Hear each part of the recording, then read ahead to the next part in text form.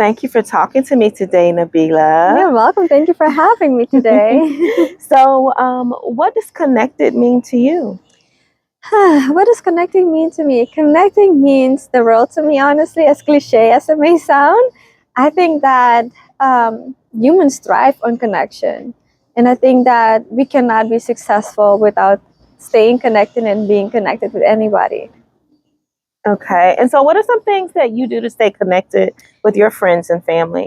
Things that I do to stay connected with my friends and family are meeting up, going out for lunches and dinners, and reaching out to people, scheduling FaceTime calls, or just randomly calling them, and just really being there, being a listening ear to them, as well as just having fun. I'm Okay. not always the one to call just because I need something, but also just to check up on them because life can life sometimes. And Right.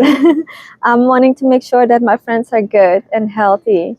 And that also helps me stay good and healthy. Okay. So, I know you're not originally from the United States. That's correct. So, does it, you being here and your family living abroad, tell us, where you're from, and then does it make it more difficult staying connected with family that may not be close to you? Right. So I am originally from Suriname. I was born and raised in Suriname, and then I grew up in Amsterdam, and I moved from Amsterdam to Atlanta.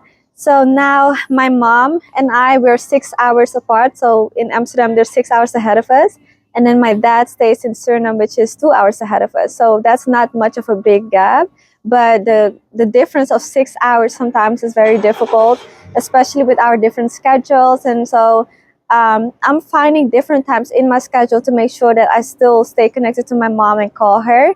So when it's about 3 p.m. our time, that's when I typically call her because that's when she's getting home from work and, winding down. So that's our time together.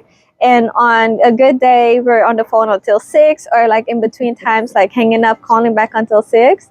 And then it's 12 a.m. over there. But, if she's free the next day, then it doesn't matter how long we stay on the phone. Mm-hmm. And sometimes around 3 is when my day is busy, so then I can't call her for that day. But I make up by it basically by calling her at 12 a.m. my time, because then it's 6 a.m. and she's getting up for work and having her breakfast, and that's now our time again. So I like that it's 6 hours ahead because that still allows me to either do it during the day or during the night when I'm a night, as I am a night owl. So it kind of works both ways for me.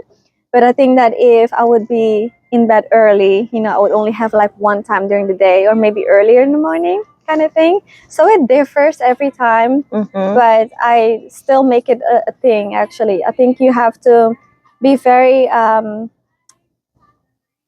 purposeful about it. So it's not like, hey, I don't get to talk to you, so I don't get to talk to you. It's really making specific time available to talk to the people that you care about. I love that. And thank you for leaving those tips for people because, there are a lot of people that are living apart from their families and living far away. So that's great. I think you're right. You have to be very intentional, whether you're near or far. You definitely have to be intentional with keeping up with those that you love.